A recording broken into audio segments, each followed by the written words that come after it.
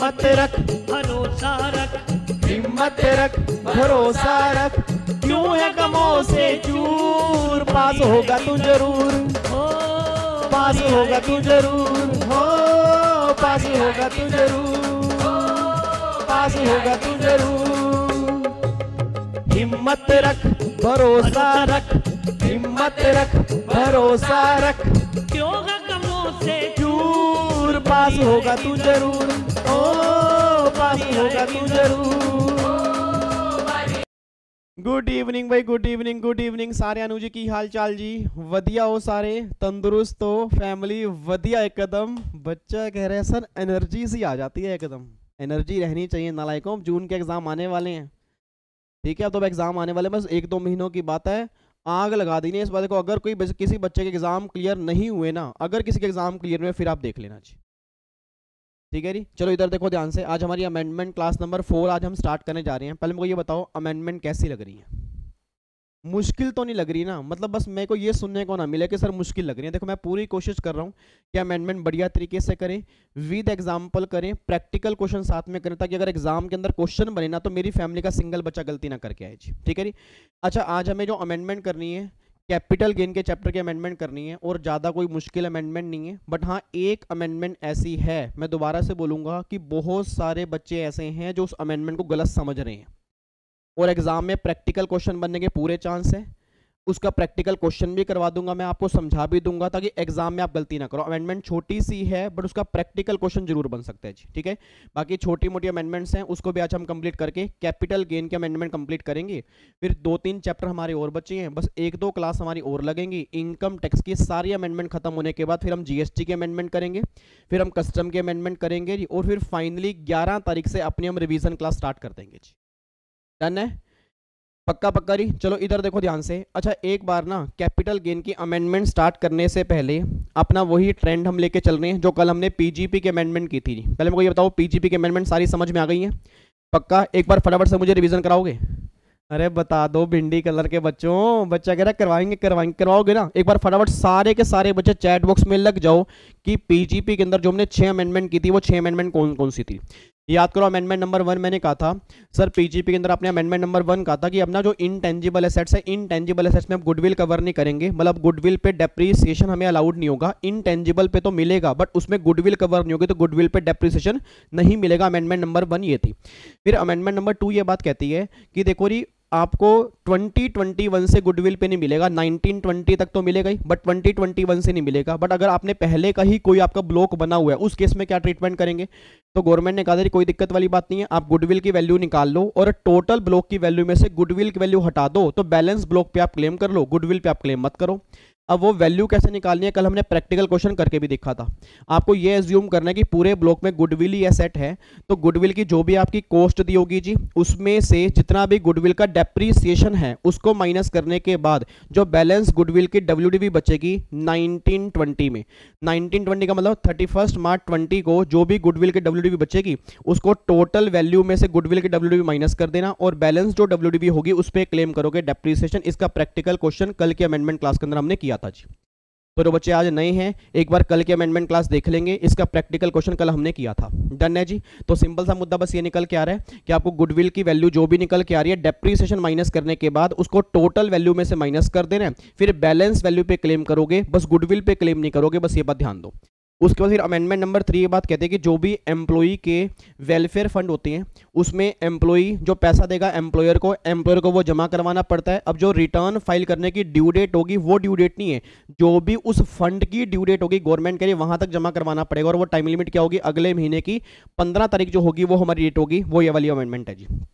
उसके बाद फिर अमेंडमेंट नंबर 4 सेक्शन 43 CA याद करो जी। याद करो, सेक्शन नंबर 43 CA था कि अगर आपकी stamp duty value sale price की 110% से ज़्यादा है तो उस केस में स्टैम्प ड्यूटी सेल प्राइस बनेगी। बट मैंने कहा था कि अगर 3 कंडीशन सेटिस्फाइड होंगी तो 110% की जगह में 120% लेके चलना है। और वो 3 कंडीशन कौन कौन सी है? सबसे पहली कंडीशन निकल के आ रही है कि आपने जो घर बेचा हो, मतलब बिल्डर ने जो घर ट्रांसफर किया हो 12 नवंबर 2020 से लेके, दोबारा बोलो, 12 नवंबर 2020 से लेके 30 जून 2021 तक घर ट्रांसफर किया हो। एक बार फिर बोलूंगा, 12 नवंबर 2020 से लेके 30 जून 2021 तक आपने घर ट्रांसफर किया। फर्स्ट टाइम अलॉटमेंट हो और घर का कंसीडरेशन जो है वो अगर 2 करोड़ रुपए तक होगा, इट मींस अगर ये तीनों कंडीशन सेटिस्फाइड होंगी, उस केस में गवर्नमेंट कह रही है कि हम 110% की जगह 120% लेके चलेंगे। और आप चेक करो सर, कल की क्लास में आपको मैंने यहाँ पे एग्जाम्पल भी करवाया था। अब मुझे नहीं पता आपने एग्जाम्पल समझा या नहीं समझा, ये राजी एक बार आप दोबारा से देख लो, ये वाला एग्जाम्पल आपके सामने है। ये एग्जाम्पल कल हमने यहाँ पे कंप्लीट किया, उम्मीद करूंगा एग्जाम्पल आपको समझ में आ गया होगा जी। ठीक है, एग्जाम्पल मोस्ट इंपोर्टेंट है, एग्जाम के अंदर बन सकता है, बस ये बात ध्यान दो जी।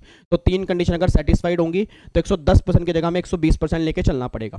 फिर अमेंडमेंट नंबर 5 हमारी यहाँ पे निकल कह रही है कि जो ऑडिट की लिमिट है, पहले वो 5 करोड़ रुपए की थी, अब ऑडिट की लिमिट कितनी हो चुकी है, 10 करोड़ रुपए की। इट मींस 5% तक अगर कैश में है, 95% अगर ऑनलाइन में होगा तो ऑडिट की लिमिट जो होगी वो 5 करोड़ नहीं होगी, वो लिमिट 10 करोड़ होगी जी। फिर एक अमेंडमेंट छोटी सी और थी, presumptive taxation for professional 44 ADA, वो किसके ऊपर एप्लीकेबल होगा, रेजिडेंट इंडिविजुअल के ऊपर होगा, रेजिडेंट फर्म के ऊपर होगा, बट LLP के ऊपर एप्लीकेबल नहीं होगा 44 ADA। ये 6 अमेंडमेंट हमने कल की क्लास में डिस्कस की थी। ठीक है, मजा आता है ना, मतलब एक बार देखो कल हमने डिटेल में की, एक बार फटाफट से आज हमने रिवीजन कर ली और हमारी पक्की हो गई कि PGP के चैप्टर में बस ये 6 अमेंडमेंट हैं, इसको छोड़ के कोई भी अमेंडमेंट फाइनेंस एक्ट 21 में नहीं है जी। बाकी जो भी आपने चैप्टर पहले की है सेम पैटर्न पे आपने रिवाइज करके चलना है जी। अमेंडमेंट मैंने आपको यहाँ पे करवा दी है। ठीक है जी, आओ जी अब अपनी स्टार्ट करते हैं। कैपिटल गेन के चैप्टर में अमेंडमेंट हमारी कौन सी है। अब पहले एक बात मुझे बताओ जी, अब कैपिटल गेन का चैप्टर जो है ना, याद करो मैंने क्लास के अंदर भी कहा था कि सेक्शन नंबर 45 से लेके 55A तक आपके जो भी प्रोविजंस होंगे वो सारे के सारे कैपिटल गेन के होंगे। 45(1) हमारा चार्जिंग सेक्शन था, उसके बाद फिर सेक्शन मैंने किया 214 कैपिटल एसेट की डेफिनेशन का। तो कैपिटल एसेट की डेफिनेशन में एक छोटा सा चेंज आया जी। अब क्या मेरी क्लास का सिंगल बच्चा भी ऐसा है, जितने बच्चे मेरे सामने बैठे हैं, कैपिटल एसेट की डेफिनेशन में अभी तक आपने कितने क्लोज किए थे जी?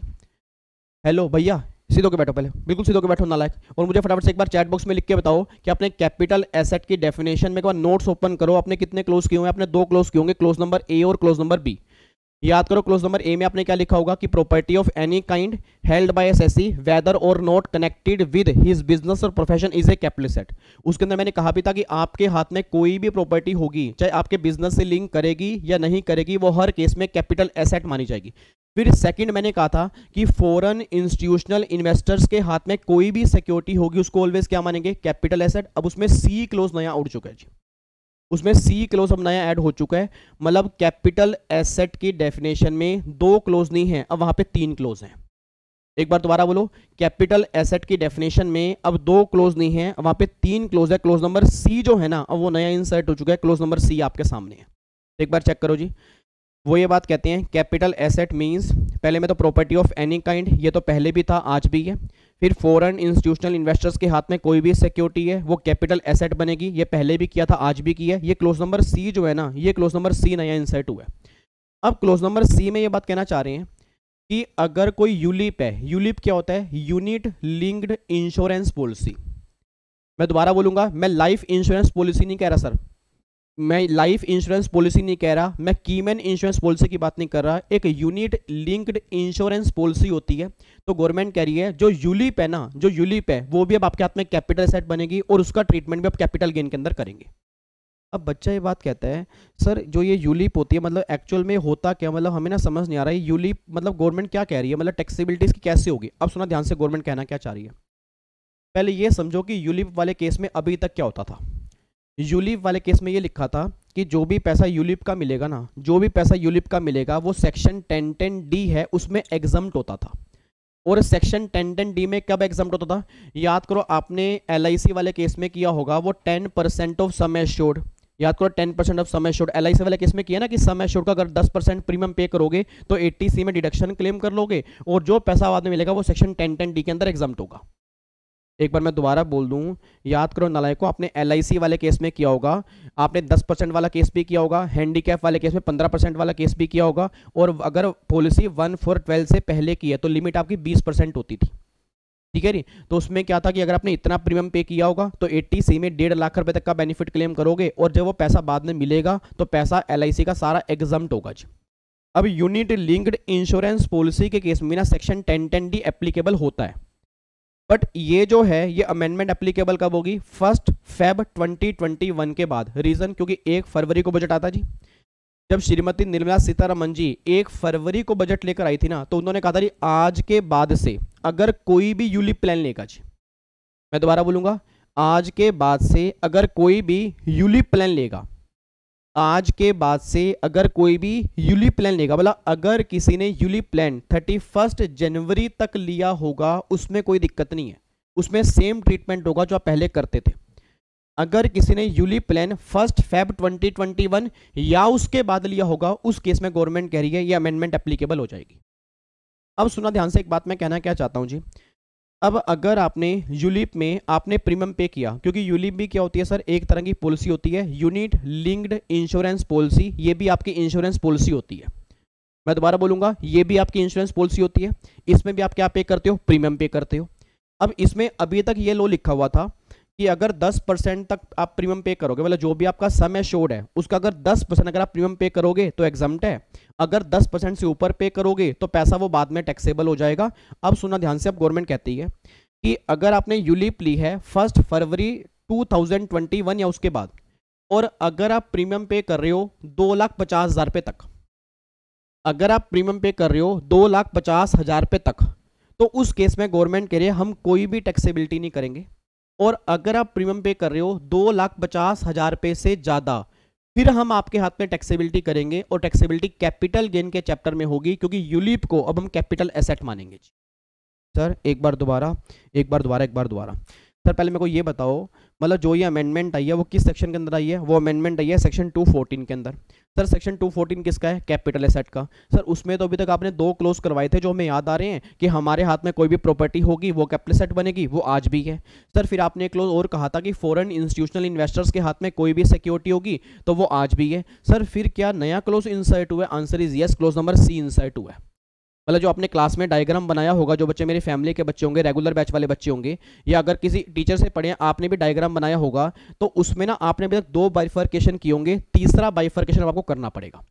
और तीसरे बाइफर्केशन में गवर्नमेंट ये बात कह रही है कि हम यूलिप को भी, मैं दोबारा बोलूंगा, हम यूलिप को भी कैपिटल एसेट मानेंगे। बट कब मानेंगे? अगर आपने यूलिप प्लान लिया है 1 फेब 2021 या उसके बाद। अगर आपने यूलिप प्लान लिया है 1 फेब 2021 या उसके बाद। एक बार फिर बोलूंगा, हम यूलिप को भी, एक बार चैट बॉक्स में लिखो। सर देखो, अगर ऐसे सिर्फ सुनोगे ना कि आज मैया का जगराता दर्शन पाएंगे, ऐसा काम नहीं चलेगा जी। एक बार चैट बॉक्स में लिखो बराबर से, मैंने क्या बोला कि यूलिप को कैपिटल एसेट कब मानेंगे? जल्दी बोलो, यूलिप को कैपिटल एसेट कब मानेंगे? यूलिप को कैपिटल एसेट तब मानेंगे अगर आपने यूलिप प्लान लिया हुआ है 1 फेब 2021 या उसके बाद। इट मीन्स अगर आपने यूलिप प्लान 1 फेब 2021 से पहले लिया हुआ है ना, तो उस केस में पुराना ट्रीटमेंट ही करेंगे, उस केस में कैपिटल गेन में कोई भी टैक्सेबिलिटी नहीं होती थी। बट अब गवर्नमेंट कह रही है कि अगर आपने यूलिप प्लान ली है और वो प्लान आपने 1 फेब 2021 या उसके बाद लिया ना, तो कैपिटल गेन में ट्रीटमेंट होगा।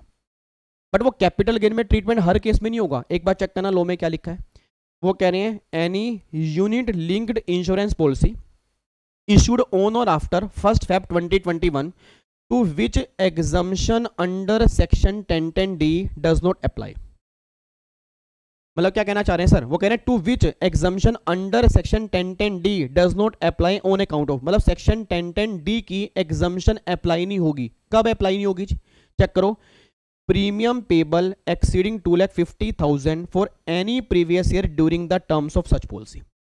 मतलब आपने इस पॉलिसी के टर्म में किसी भी साल अगर आपने प्रीमियम पे किया होगा पूरे साल में 2,50,000 से ज्यादा, तो उस केस में सेक्शन 1010D का बेनिफिट नहीं मिलेगा जी।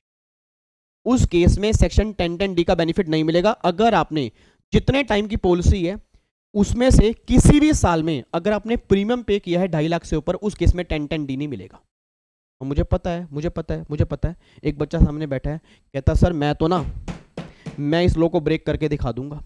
कहता सर एक बात बताओ भाई, अब हमें टैक्स थोड़ा बहुत पढ़ने के लिए आ गया है तो इसके अंदर तो हम प्लानिंग कर सकते हैं। मगर ये कैसे प्लानिंग करोगे? कहता सर एक बात बताओ, मैंने अगर अलग अलग कंपनी से यूलिप प्लान ले लिए भाई, अगर मानो मैंने 1 फरवरी के बाद ना अलग अलग कंपनी से यूलिप प्लान ले लिए, तो अगर मैं अलग अलग कंपनी से लूंगा और मैं प्रीमियम पे कर रहा हूँ 2.5 लाख से कम, तो उस केस में तो फिर यहाँ पे एप्लीकेबल ही नहीं होगा मैं। क्योंकि आपने क्या कहा कि ये कब लगेगा? अगर आपने प्रीमियम पे किया 2.5 लाख से ज्यादा। अब यहाँ पे तो सिंपल सी बात यह है कि अगर मैं अलग अलग प्लान ले लूंगा और मैं प्रीमियम पे करूंगा 2.5 लाख से कम, उस केस में तो मैं यहाँ से बच जाऊंगा। गवर्नमेंट कहती है हेलो हमें पता है कि तुम ये काम करोगे, एक बार अगला क्लोज भी पढ़ लो। अगले क्लोज में गवर्नमेंट ने ये लिखा है कि एग्रीगेट अमाउंट ऑफ प्रीमियम, मैं दोबारा बोलूंगा एग्रीगेट अमाउंट ऑफ प्रीमियम, एक बार फिर बोलूंगा एग्रीगेट अमाउंट ऑफ प्रीमियम। वो कह रहे हैं the aggregate amount of premium exceeding 2,50,000 in any previous year during the term of any such ULIP in case where the premium is payable by a person for more than one ULIP issued on or after 1st Feb 2021। It means भाई साहब अगर आपने अलग अलग ULIP ली है और आप अलग अलग प्रीमियम पे कर रहे हो और सबका एग्रीगेट अगर 2.5 लाख से ज्यादा बन जाता है किसी भी साल में, तो उस साल में यूलिप तुम्हारी कैपिटल गेन में टैक्सेबल हो जाएगी और वो कैपिटल एसेट बन जाएगी। अच्छा, मतलब सर आप ये बात कहना चाह रहे हो अगर हमारे एग्जाम में मान लो क्वेश्चन बन गया, मान लो सीए वाले बच्चे मुझसे पूछते हैं कि सर अगर मान लो मई में हमारे एग्जाम में क्वेश्चन बन गया, सीएस की फैमिली वाले बच्चे पूछते सर अगर हमारे एग्जाम में जून में एमसीक्यू के अंदर क्वेश्चन बन गया, सीएमए वाले बच्चे भी कहते सर अगर हमारे एग्जाम के अंदर क्वेश्चन बन गया तो कैसा बनेगा। आपके एग्जाम में क्वेश्चन ये बनेगा कि आपने एक यूलिप प्लान लिया है 1 मार्च 2021 को, आपने एक यूलिप प्लान लिया 1 मार्च 2021 को, उस केस में ट्रीटमेंट क्या करेंगे। अगर आपने यूलिप प्लान लिया 1 मार्च 2021 को, पहली बार ट्रीटमेंट जो करेंगे वो कैपिटल गेन में करेंगे। अब अगर मान लो आपने प्रीमियम पे किया पूरे साल में 2.5 लाख तक, फिर तो भैया एग्जम्प्ट है। अगर आपने पूरे साल में 2.5 लाख से ऊपर पे किया होगा ना, फिर वो एग्जम्प्ट नहीं है, फिर वो कैपिटल एसेट है, आपके हाथ में टैक्सेबिलिटी आ जाएगी। और अगर आपने अलग अलग यूलिप प्लान लिए और सबको मिला के कॉन्ट्रीब्यूशन 2.5 लाख तक है, फिर तो कोई दिक्कत नहीं है। अगर सबको मिला के कॉन्ट्रीब्यूशन 2.5 लाख से ऊपर होगी फिर कैपिटल एसेट बन जाएगी, ट्रीटमेंट तुम्हारा कैपिटल गेन में हो जाएगा जी। ठीक है, अब यहाँ पे गलती तुम क्या कर सकते हो वो मुझे बताना है जी। अब सुनना जी, अब यहाँ पे गलती क्या कर सकते हो वो मुझे बताना है, क्योंकि अमेंडमेंट कोई दिक्कत नहीं है, अमेंडमेंट समझ में आ चुकी है, बट मेन है आप एग्जाम में गलती क्या करोगे वो मैं बताने जा रहा हूँ जी। अब यहाँ पे आप अगर आप ध्यान से देख पा रहे हो, मैंने नीचे ना एक डायग्राम बनाया छोटा सा, अगर आपको ध्यान यहाँ पे समझ में आ रहा है, देखो मैं आपको दिखाता हूँ, थोड़ा जूम करके दिखाता हूँ, अगर मे भी आपको दिख रहा हो, देखो यहाँ पे मैंने क्रक्स लिखा हुआ है, क्रक्स। और ये क्रक्स वाला डायग्राम जो है ना, ये मोस्ट इंपॉर्टेंट है, एग्जाम में यहाँ से क्वेश्चन बनेगा और मुझे डर है कि मेरी फैमिली का बच्चा गलती ना करके, इसलिए अब यहाँ पे ध्यान देना जी। सर अब सेक्शन 1010D जो बार बार आ रहे हैं ना, पहले वो समझो 1010D में क्या लिखा हुआ है। सेक्शन 1010D में लिखा है कि अगर मान लो मैंने यूलिप प्लान लिया, भाई आप सब जानते हो कि अगर हम कभी भी इंश्योरेंस प्लान लेते हैं तो उसका एक सम एश्योर्ड होता है।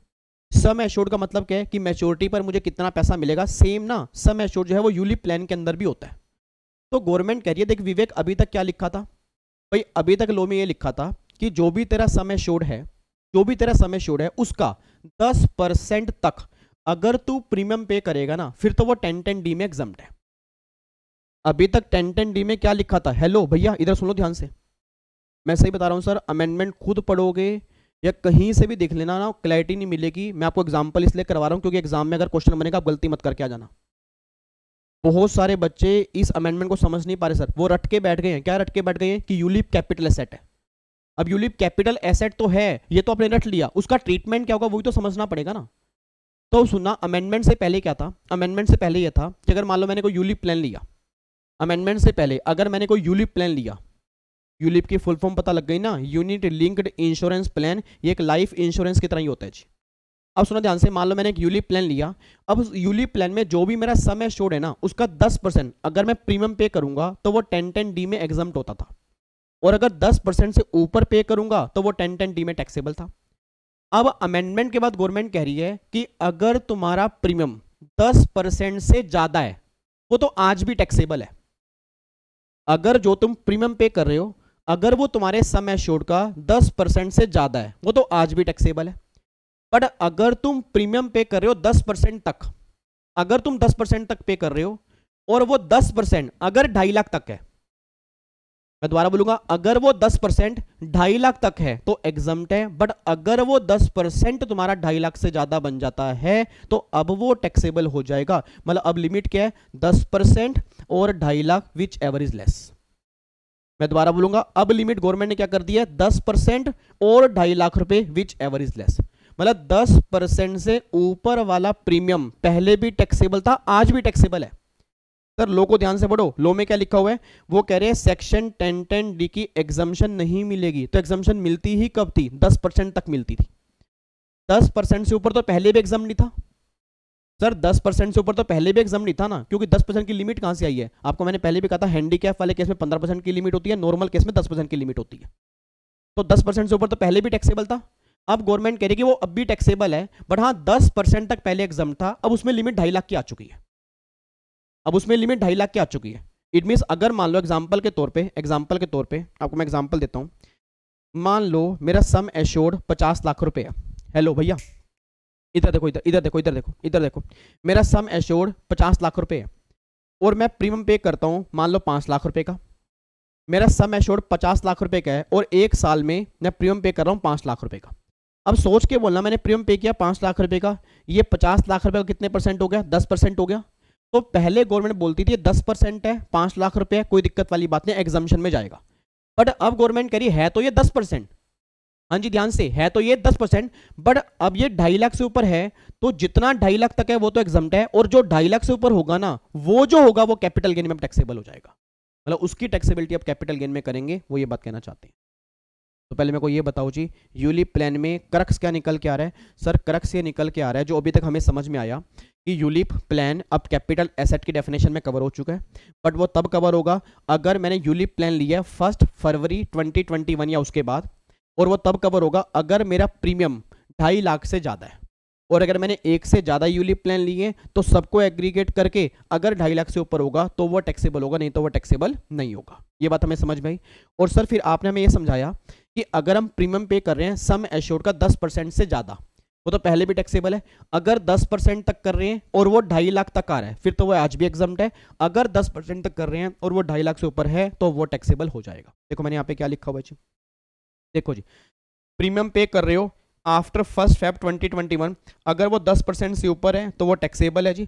अगर वो 10% तक है, अगर प्रीमियम सम एश्योर्ड का 10% तक है और आपका 2.5 लाख तक है पूरे साल में, फिर तो वो आज भी एग्जम्प्ट है। अगर वो 2.5 लाख से ज़्यादा है तो वो टैक्सेबल हो जाएगा जी। ये डायग्राम मोस्ट इंपॉर्टेंट है, बहुत सारे बच्चों को अमेंडमेंट रट चुके हैं बट उनको समझ में नहीं आ रही, आपको समझ में यहाँ से आएगी जी, आपको समझ में यहाँ से आएगी सर, ठीक है। वैसे मुझे उम्मीद नहीं है कि एग्जाम के अंदर इतना वो टेक्निकल पॉइंट पूछेगा, बट मैं दोबारा कह रहा हूँ सर, भला है बुरा जैसा भी है, मेरा पति मेरा देवता है, क्योंकि जो हमारे सीएस के एग्जाम का लेवल आ रहा है ना, वो एक अलग लेवल का ही आ रहा है, ठीक है। तो मुझे नहीं पता पेपर कैसा बनेगा, हमें हर तरह की तैयारी करके जानी है जी, ठीक है। अब फटाफट सारे बच्चे, जितने बच्चे मेरे सामने बैठे, एक बार फटाफट से ना चैट बॉक्स में लिख दें फटाफट से क्या अमेंडमेंट आई है जी। अमेंडमेंट सर ये कैपिटल एसेट की डेफिनेशन में चेंज आ गया।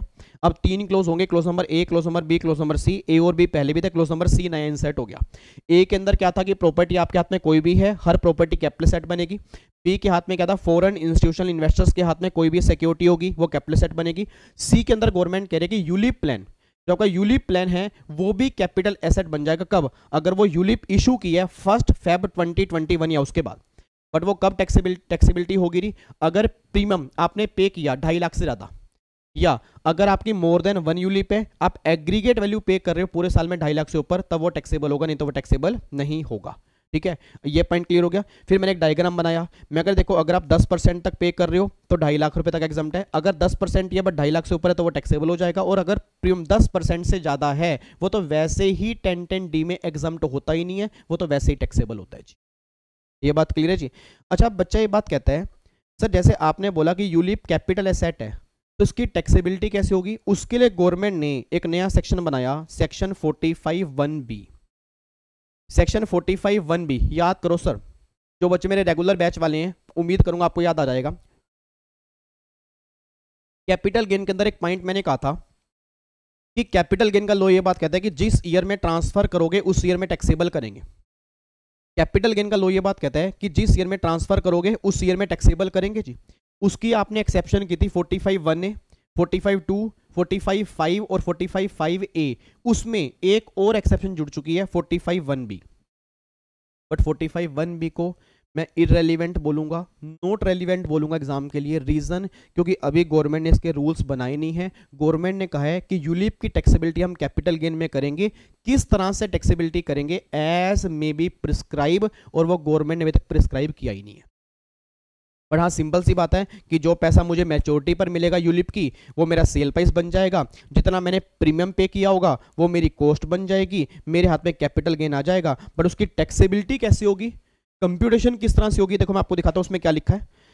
उसमें लिखा है एनी प्रॉफिट और gain arising from receipt of any amount by by such person shall be chargeable to income tax under their capital gain and shall be deemed to be the income of such person for the previous year which has amount received. और वो कह रहे income taxable shall be calculated in such manner as may be prescribed, और ये अभी तक prescribe नहीं किया गया, इसलिए 45(1) भी मेरे किसी काम का है नहीं। बट हाँ ये क्लियर कर लो कि बहुत जल्दी इसके रूल्स आ जाएंगे कि यूलिप प्लान की टैक्सेबिलिटी किस तरह से होगी, 45(1) के अंदर गवर्नमेंट बता देगी, ठीक है। बट इतनी बात ध्यान देना कि अगर एग्जाम में क्वेश्चन बन जाता है कि आपने यूलिप प्लान लिया 1 Feb 2021 के बाद, तो टैक्सेबिलिटी किस हेड में होगी, कैपिटल गेन के हेड में होगी। और बट हाँ अगर वो 2.5 लाख तक होगा फिर टैक्सेबिलिटी नहीं होगी, अगर वो 2.5 लाख से ऊपर होगा उस केस में टैक्सेबिलिटी होगी। बस ये बात ध्यान देना चाहिए, ये बात पक्का यहां तक कोई डाउट तो नहीं है जी। आगे बढ़ सकते हैं। अच्छा एक बात और सुनना, अब जो यूलिप प्लान पे ना, जो यूलिप प्लान पे कैपिटल गेन निकल के आएगा, जो यूलिप प्लान पे कैपिटल गेन निकल के आएगा, लॉन्ग टर्म कैपिटल गेन जो होगा वो पता किस रेट से टैक्सेबल होगा, एज पर सेक्शन 112A। याद करो 112A आपने कैपिटल गेन में किया था, 1 लाख तक कैपिटल गेन एग्जम्प्ट होते हैं, 1 लाख के बाद वो टैक्सेबल होते हैं 10% से। हाँ तो बोल दो हेलो भैया, हेलो ओए शिमला मिर्च कलर के बच्चे, बच्चा कह रहा है वो शिमला मिर्च कलर का बच्चा नहीं है, मेरे को आलू कलर का बच्चा होगा। इधर देखो ध्यान से, नालायक को गाजरी कलर के बच्चों, इधर सुनो ध्यान से। याद करो आपने 112A किया था, आपने 112 किया था ना, 112 में क्या था, लॉन्ग टर्म कैपिटल गेन होते हैं शेयर्स वाले केस में, वहां पे अब यूलिप भी जोड़ दिया, वहां पे अब यूलिप भी जोड़ दिया कि यूलिप से जो भी तुम कैपिटल गेन कमाओगे उसकी टैक्सेबिलिटी भी 112A के अंदर होगी। और नॉर्मली यूलिप में हमेशा ही लॉन्ग टर्म कैपिटल गेन आते हैं, क्योंकि यूलिप प्लान जो होता है ना वो 5 साल के लिए तो होता ही है। यूलिप प्लान जो होता है वो नॉर्मली 5 साल के लिए होता ही है, तो ऑलवेज गेन कितने होंगे, लॉन्ग टर्म होंगे, उसकी टैक्सेबिलिटी जो होगी 112A के अंदर होगी जी। तो 1 लाख तक तो एग्जाम्प्ट होंगे, 1 लाख से ऊपर जो भी यूलिप के कैपिटल गेन होंगे वो टैक्सेबल होंगे एट द रेट 10% से। तो एग्जाम में ये भी क्वेश्चन बन सकता है। देखो मैंने यहाँ पे दिया भी हुआ है, आपको दिखाता हूँ कि यूलिप प्लान, इधर देखो रही एप्लीकेबिलिटी ऑफ 111A और 112A ऑन यूलिप। तो section 111A and 112A has been amended to cover the taxation of ULIP if any and therefore in condition of those section are satisfied, ULIP shall be taxed at the rate 15%। अगर वो short term capital gain है तो 15% से, और अगर वो long term capital gain है तो 1 लाख तक एग्जम्प्ट होंगे, 1 लाख के बाद जो भी होंगे वो टैक्सेबल होंगे 10% से। मतलब जब भी यूलिप की कैलकुलेशन बताएंगे रूल्स के अंदर, तो जो भी कैपिटल गेन निकल के आएंगे उसका ट्रीटमेंट जो होगा वो 111A के अंदर होगा या 112A के अंदर होगा। डन है जी। एक छोटी सी अमेंडमेंट और सुन लो जी। याद करो कैपिटल गेन में आपके इंडेक्स रेट अब चेंज हो चुके हैं जी। अभी तक आपने आपकी बुक में इंडेक्स रेट किया है जी, एक बार चेक करना जी। आपने जो दिसंबर में एग्जाम दिए होंगे तो दिसंबर में प्रीवियस ईयर 2021 एप्लीकेबल था, उसमें चेक करो इंडेक्स रेट आपने किया होगा 301। तो चेक करें ये क्या होता है 301। नालायक को जब कैपिटल गेन के क्वेश्चन निकाले होंगे तो कैपिटल गेन में करते नहीं थे, आई कोआ निकालते थे, आई कोआ। हाँ तो बोल दो आई कोआ निकालते थे। आई कोआ कैसे निकालते थे, कोआ डिवाइड बाय जब आपने परचेज किया उसका इंडेक्स रेट मल्टीप्लाई जिस ईयर में ट्रांसफर करते थे, तो ट्रांसफर अगर हमने 2021 में किया तो मल्टीप्लाई करते थे 301 से। याद करो अब हमारे एग्जाम के लिए प्रीवियस ईयर हो गया 21-22, तो अगर हमारे एग्जाम के लिए प्रीवियस ईयर 21-22 हो चुका है तो 21-22 का जो इंडेक्स रेट है वो 317 है, ये आपके सामने है। मतलब अब अगर आपने ट्रांसफर किया होगा 21-22 में तो मल्टीप्लाई 301 से नहीं करोगे, मल्टीप्लाई 317 से करोगे। तो कैपिटल गेन की जितनी भी कैलकुलेशन है, जो भी कंप्यूटेशन आपने क्लास में की होगी वो ऑलमोस्ट सारी चेंज हो जाएगी, क्योंकि अगर आप ट्रांसफर करेंगे 21-22 में तो हमें 301 से मल्टीप्लाई नहीं करना होगा, हमें 317 से मल्टीप्लाई करना होगा। बस ये बात ध्यान दो जी। डन है जी। तो बस ये छोटा सा चेंज है कि जो 301 था 2021 का, अब वो 317 हो चुका है 21-22 के लिए। ये इंडेक्स रेट चेंज हो चुका है जी। मैं दोबारा कह रहा हूँ इंडेक्स रेट, इसको नोटबुक में लिख लेना या अपनी बुक में लिख लेना जहां पे आपने लिखे होंगे 317 हमारे एग्जाम के लिए एप्लीकेबल है 21-22 के लिए। ठीक है जी। अब एक कैपिटल गेन में छोटी सी अमेंडमेंट हो रही है जी। अरे ये वाली अमेंडमेंट ये तो हम पहले ही डिस्कस कर चुके हैं कि गुडविल की कॉस्ट क्या बनेगी। याद करो कल की क्लास में जी। हेलो सीधो के बैठो, पहले सीधो के बैठो। गुस्से मत करो, सीधे होके बैठे हैं सर, बिल्कुल सीधे होके बैठे हैं। कई बच्चे विष्णु भगवान का अवतार बन के बैठे हैं ऐसे करके, नालायक।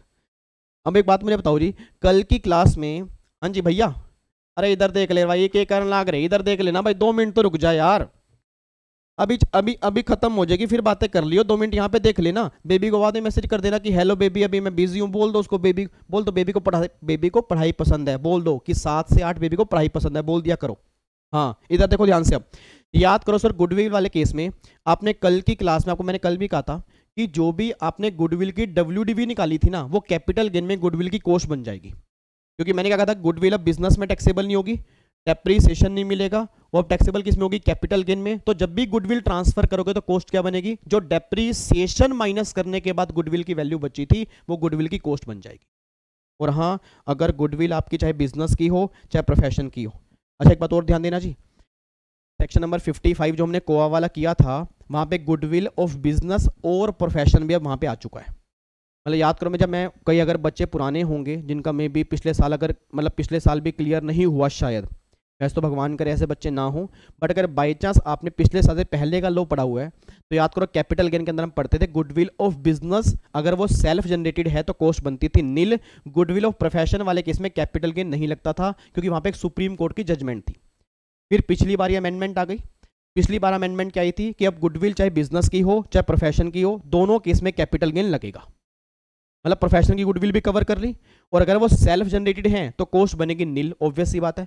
बट अगर वो गुडविल परचेज होगी, अगर वो गुडविल परचेज होगी तो फिर कॉस्ट क्या बनेगी, फिर तो सिंपल सी बात है भाई साहब, जितने की आपने गुडविल परचेज की होगी या तो वो, या अगर वो ब्लॉक से आई है, अगर वो ब्लॉक से का मतलब क्या है कि अगर 1920 तक आपने क्लेम किया था डेप्रीसिएशन, क्योंकि पहले गुडविल पर क्या क्लेम करते थे, डेप्रीसिएशन, अब क्लेम नहीं करते। तो अगर 1920 तक क्लेम किया था डेप्रीसिएशन, तो उसकी कॉस्ट में से डेप्रीसिएशन माइनस करने के बाद जो बैलेंस वैल्यू बचेगी वही तुम्हारी कॉस्ट बन जाएगी। सर हमें समझ ही नहीं आ रहा ये आपने क्या कहा है, मतलब आपने कल करवाया था क्या? देखो हम तो नए बच्चे आए हैं सर, हम तो पहली बार देख रहे हैं, आपका चैनल हमने आज ही देखा, हमने कहा चलो विवेक सर देख लेते हैं कैसा पढ़ाते हैं। बट अब सर हमें समझ ही नहीं आ रहा आप क्या पढ़ा रहे हो। मैं पढ़ा नहीं रहा नालायक को, मैं अमेंडमेंट क्लास करवा रहा हूँ। अमेंडमेंट मतलब जो आपने पहले पढ़ा उसमें क्या क्या चेंज आया है, ठीक है जी। रिवीजन करेंगे 11 तारीख से। अब ये मेरी तरफ घूर के मत देखो कि क्या चल रहा है, अगर आपने पहले पढ़ा होगा तो समझ में आएगा। और अमेंडमेंट में धीरे धीरे बच्चे कम हो रहे हैं, क्यों? उनके तोते उड़ रहे हैं कि भाई साहब पहले पढ़ा ही नहीं है तो अमेंडमेंट क्लास देखने का फायदा क्या। और फिर पता क्या करेंगे, वो सारे बच्चे अमेंडमेंट छोड़ के जाएंगे। और मैं गारंटी दे रहा हूँ जब एग्जाम में क्वेश्चन बन गए ना, वो मुझे याद करेंगे यार काश अमेंडमेंट क्लास हम सही ढंग से देख लेते। ठीक है जी, आपको मैं दिखाता हूँ कल वाला क्वेश्चन, इधर देखो ध्यान से। आपको मैंने कल भी कहा था कि कैपिटल गेन में पॉइंट दोबारा आएगा। ये देखो जी, कल हमने गुडविल वाला एक क्वेश्चन किया था, कम से कम हाँ तो बोल दो, हाँ बोलो हाँ। ये देखो कल हमने जो गुडविल वाला क्वेश्चन किया था, जिसके अंदर मैंने कहा था कि पूरे ब्लॉक की WDV 80 लाख थी, गुडविल की वैल्यू आपकी 50 लाख थी, फिर 50 लाख ये 18-19 है, ये 19-20 है, तो डेप्रीसिएशन क्लेम करने के बाद आपकी वैल्यू बची थी इतनी। कितनी वैल्यू बची थी? 32,81,250। तो मैंने कहा था जो ये WDV होगी ना, यही तुम्हारी कैपिटल गेन में कॉस्ट बनेगी। आज अमेंडमेंट हम वही करने जा रहे हैं। तो कैपिटल गेन के चैप्टर में भी ना, कोआ वाले चैप्टर में चेंज आ गया कि भैया अब अगर गुडविल है और वो पुराने ब्लॉक में थी, अब वो उसको बेचना है तो कैपिटल गेन लगेगा, उसकी कॉस्ट क्या बनेगी? तो जो भी तुमने डेप्रीसिएशन माइनस करने के बाद वैल्यू निकाली होगी ना, वही तुम्हारी कॉस्ट बनेगी, उसके बेस पे तुम कैपिटल गेन निकाल दोगे। तो ये देखो मैंने यहाँ पे लिखा भी था, यही कॉस्ट बन जाएगी कैपिटल गेन के लिए। तो यही पॉइंट आज हम करने जा रहे हैं। ठीक है जी, आपको मैं दिखाता हूँ जी, इधर देखो यहाँ पे, देखो यहाँ पे क्या लिखा है, बहुत ध्यान से पढ़ना। पहली बात तो अगर वो सेल्फ, देखो ट्रेडमार्क, पेटेंट, कॉपीराइट, मतलब जितने भी इंटेंजिबल, अगर वो सेल्फ जनरेटेड हैं तो कॉस्ट क्या बनेगी? नील। वो तो पहले भी सेम था। और अगर वो परचेज गुडविल है, अगर वो परचेज गुडविल है, however in case of capital asset being goodwill of a business और प्रोफेशन, मतलब आपने पहले बिजनेस में यूज की थी, in respect of which depreciation under section 32(1) has been obtained by assessee, मतलब आप डेप्रीसिएशन ले चुके हो प्रीवियस ईयर 1920 तक, क्योंकि 2021 से तो मिलेगा नहीं। फिर हम कॉस्ट कैसे निकालेंगे? The cost of acquisition of such goodwill would be amount of the purchase price as reduced by the total amount of depreciation up to 1920 obtained by assessee under section 32(1). मतलब सिंपल सी बात ये निकल के आ रही है कि भाई साहब जो तुम्हारी कॉस्ट होगी ना, उसमें से 1920 तक का डेप्रीसिएशन माइनस कर लो, उसके बाद जो तुम्हारी बैलेंस वैल्यू बचेगी ना, वही तुम्हारी कैपिटल गेन के लिए कॉस्ट आ जाएगी, जो हमने कल निकालनी सीखी भी थी।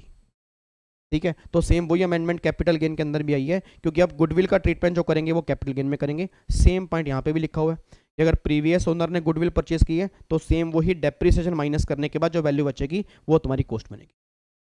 क्या कह रहे हो? इसका प्रैक्टिकल क्वेश्चन करवा दूं? नालायक, प्रैक्टिकल क्वेश्चन कल हमने किया तो था यार। मैं देखो फिर मैं नहीं खेलूंगा आपके साथ, देखो मैं नहीं खेलूंगा ना, मैं नहीं खेलूंगा, बिल्कुल भी नहीं खेलूंगा।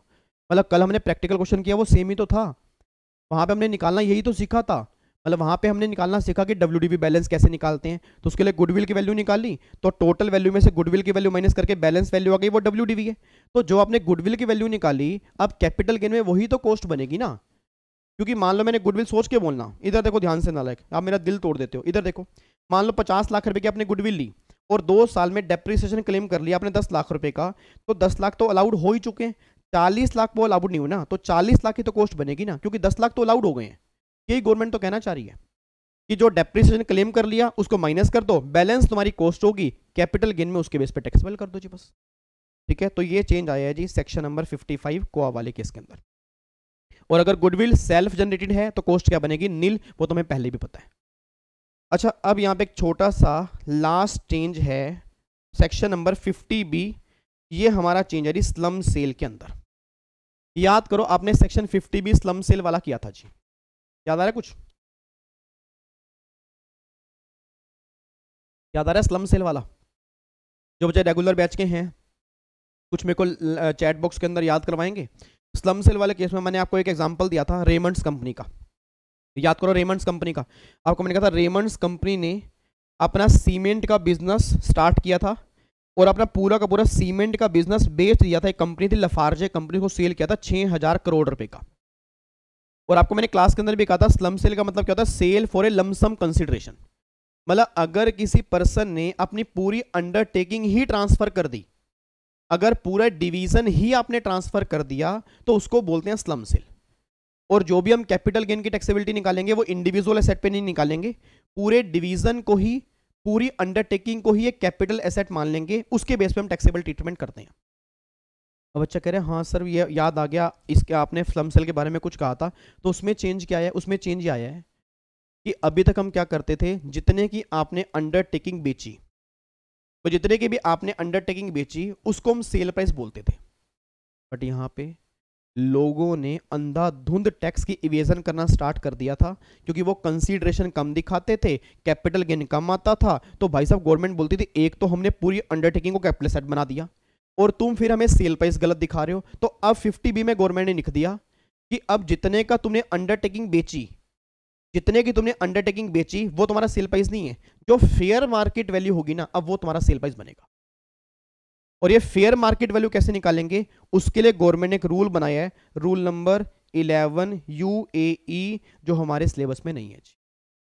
ना वो CA इंटर के अंदर है जी, ना वो CS एग्जीक्यूटिव के अंदर है, ना वो CMA इंटर के अंदर है, और ना ही वो CS प्रोफेशनल के अंदर है। हाँ, अगर ICSE वालों का सप्लीमेंट आ गया, उस सप्लीमेंट में अगर इन्होंने ये रूल दिया हुआ, तो ये 5 मिनट का रूल है, मैं तब करवा दूंगा, बट अभी नहीं कराऊंगा। रीजन, क्योंकि ये रूल प्रैक्टिकल लाइफ में एप्लीकेबल है, मे बी एग्जाम में मेरे कोडिंग एप्लीकेबल नहीं होना चाहिए, क्योंकि फाइनेंस एक्ट 21 में ये अमेंडमेंट नहीं है, ये रूल्स की अमेंडमेंट है। तो अगर सप्लीमेंट में दी होगी तो करेंगे, नहीं तो बस इतनी बात ध्यान देना कि 50B में अब हमें सेल प्राइस क्या बनाना है, जो फेयर मार्केट वैल्यू होगी वो सेल प्राइस बनेगा जी।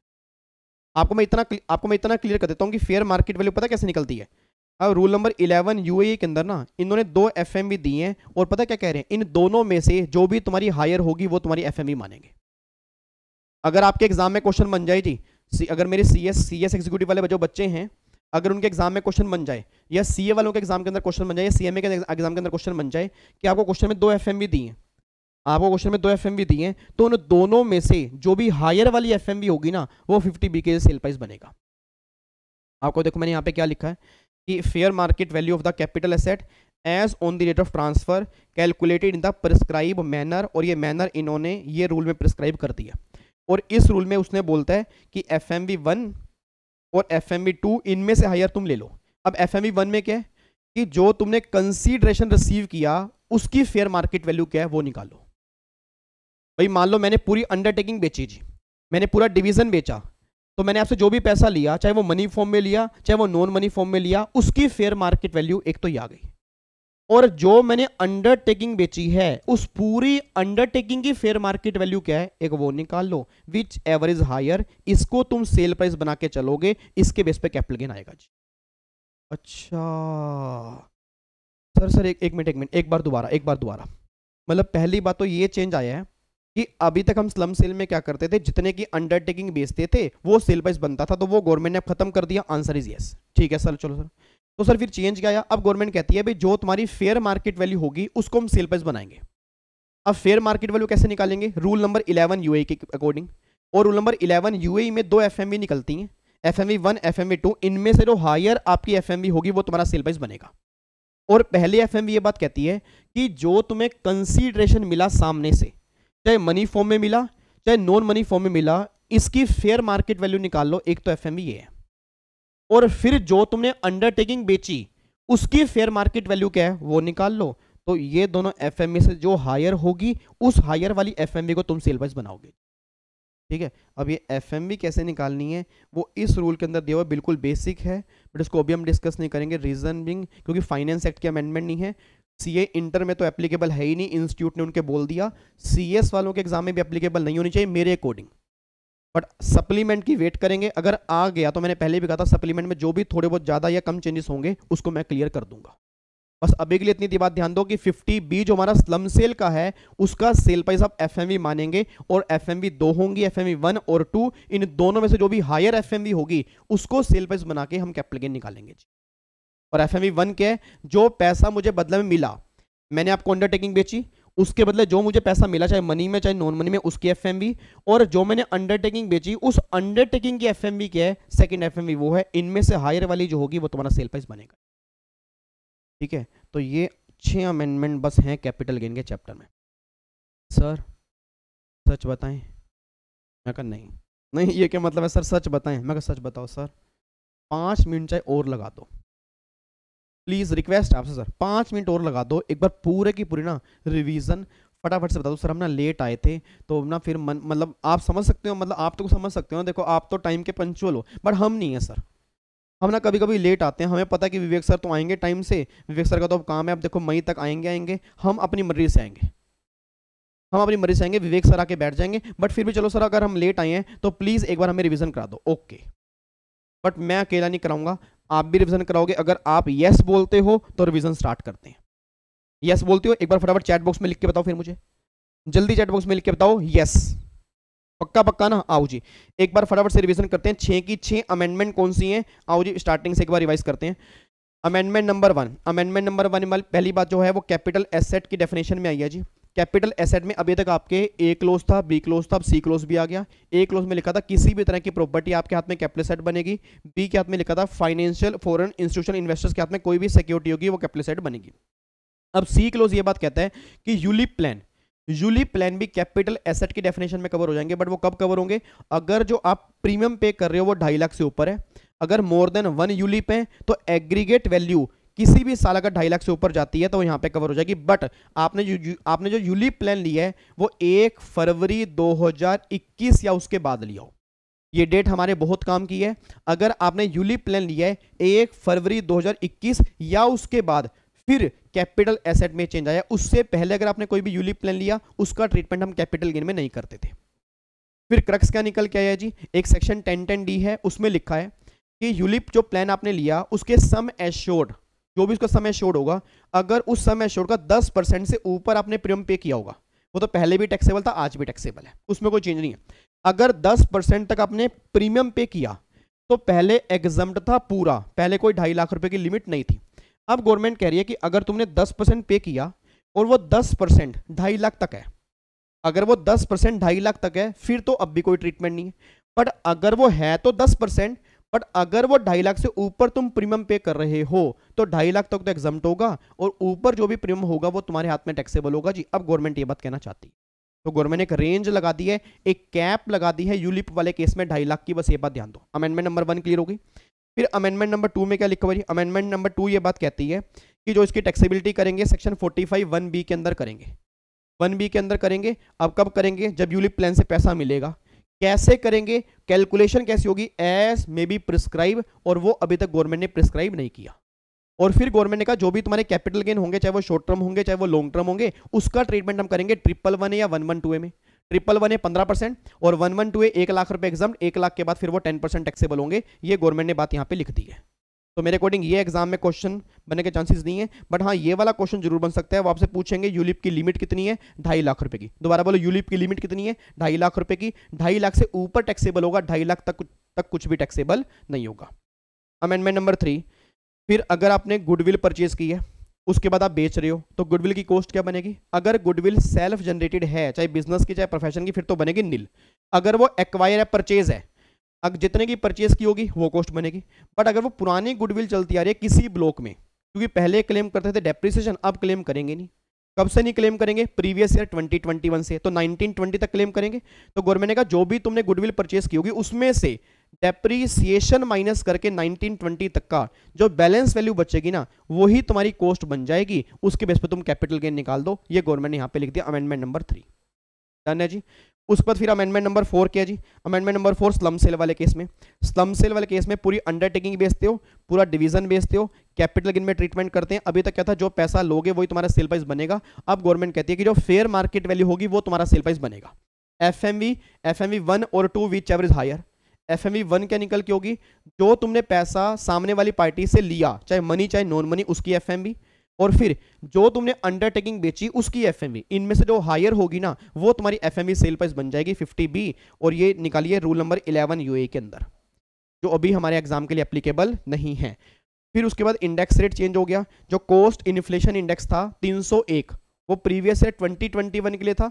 हमारे एग्जाम के लिए प्रीवियस ईयर 21-22 एप्लीकेबल है। अब जो इंडेक्स रेट हो चुका है वो 317 हो चुका है। तो हमें कैलकुलेशन जो करनी है वो 317 के बेस पे करनी है, अगर आपने ट्रांसफर जो किया वो 21-22 में किया है। और फिर देखो जी, वही यूलिप वाले केस में 111A और 112A लगेगा। वही आपकी टैक्सेबिलिटी जो होगी वो आपकी 10% से या 15% से होगी। वो डिपेंड करता है शॉर्ट टर्म गेन है या लॉन्ग टर्म गेन है। ठीक है, तो बस पूरे चैप्टर में यही चेंज है। सेक्शन 54 एग्जम्पशन सीरीज में कोई चेंज नहीं है। किसी और सेक्शन में कैपिटल गेन के कोई भी चेंज नहीं है, बस ये चेंज आपके फाइनल है। ठीक है, बिल्कुल सिंपल सी है जी। एक बार आपने जरूर देखनी है। कहीं दिक्कत हो एक बार वीडियो पीछे करके सुन लेना, खत्म होने के बाद सुन लेना जी। उसके बाद भी अगर समझ में नहीं आ रहा तो आप डाउट डाल देना। बट मुझे बहुत कम उम्मीद है कि आपके डाउट होंगे, क्योंकि हमने डिटेल में की है। बट फिर भी अगर डाउट है तो कोई दिक्कत वाली बात नहीं है। ठीक है, बाकी कल शाम को जो अमेंडमेंट क्लास आएंगी उसमें एक तो हम अदर सोर्स के अमेंडमेंट करेंगे, उसमें भी कोई ज़्यादा बड़ी अमेंडमेंट नहीं है। जो पीजीपी के अंदर हमने अमेंडमेंट की है उससे इंटरलिंक की है, वो हम कंप्लीट करेंगे। सिर्फ 2 अमेंडमेंट है अदर सोर्स में, और 1 अमेंडमेंट है डिडक्शन में, इसको हम कंप्लीट करेंगे। डिडक्शन में और कहीं पर भी अमेंडमेंट नहीं है। डिडक्शन का 99% चैप्टर सेम है, 1% चेंज है बस, वो ये वाला, वो हम कल की क्लास में करेंगे। उसके बाद फिर हम करेंगे TDS TCS वाला चैप्टर, उसमें छोटे मोटे चेंजेस हैं थोड़े से। और फिर हमारी एक क्लास और लगेगी जिसमें सारी अमेंडमेंट हम कंप्लीट करें। ठीक है, तो आज 4 तारीख है, 5, 6, 7 तारीख को हम खत्म करेंगे। फिर 8 और 9 को मैं GST के अमेंडमेंट कराऊंगा, और 10 तारीख को CS प्रोफेशनल वालों की अमेंडमेंट क्लास होगी। मतलब इसके अलावा, ये तो देखनी है, इसके अलावा होगी। फिर 11 तारीख से हम अपनी रिवीजन स्टार्ट कर देंगे। डन है जी। चलो, उम्मीद करता हूँ आपको अमेंडमेंट समझ में आ गई होगी जी। बिल्कुल बेसिक छोटी छोटी अमेंडमेंट है, बट मैंने फिर भी कोशिश किया कि आपको थोड़ी सी क्लैरिटी यहाँ पे हो जाए। डन है। चलो जी, फिर बाकी मुलाकात करेंगे अब कल की क्लास में, सेम टाइम शाम को 7 बजे, सेम जगह। अगले 2 चैप्टर के अमेंडमेंट कंप्लीट करेंगे, अदर सोर्स एंड डिडक्शन। तब तक के लिए सारी अमेंडमेंट ये कंप्लीट कर लो और रिवीजन अपनी स्टार्ट कर दो जी। मैं दोबारा कह रहा हूँ, अमेंडमेंट जरूर कंप्लीट करना, ऐसा ना हो कि बाद में रह जाएं, फिर हमें ये फील हो कि अमेंडमेंट कब आई थी जी। और हर बच्चे के साथ शेयर करना कि भाई अमेंडमेंट क्लास जरूर देख ले। ठीक है जी, चलो फिर बाकी मुलाकात करें कल शाम को 7 बजे। ओके जी, bye bye, tata, thank you so much, जय हिंद, God bless you, love you, take care, bye bye bye bye bye bye. खुश रहो, मुस्कुराते रहो, हंसते रहो, जगमगाते रहो। Thank you so much, thank you.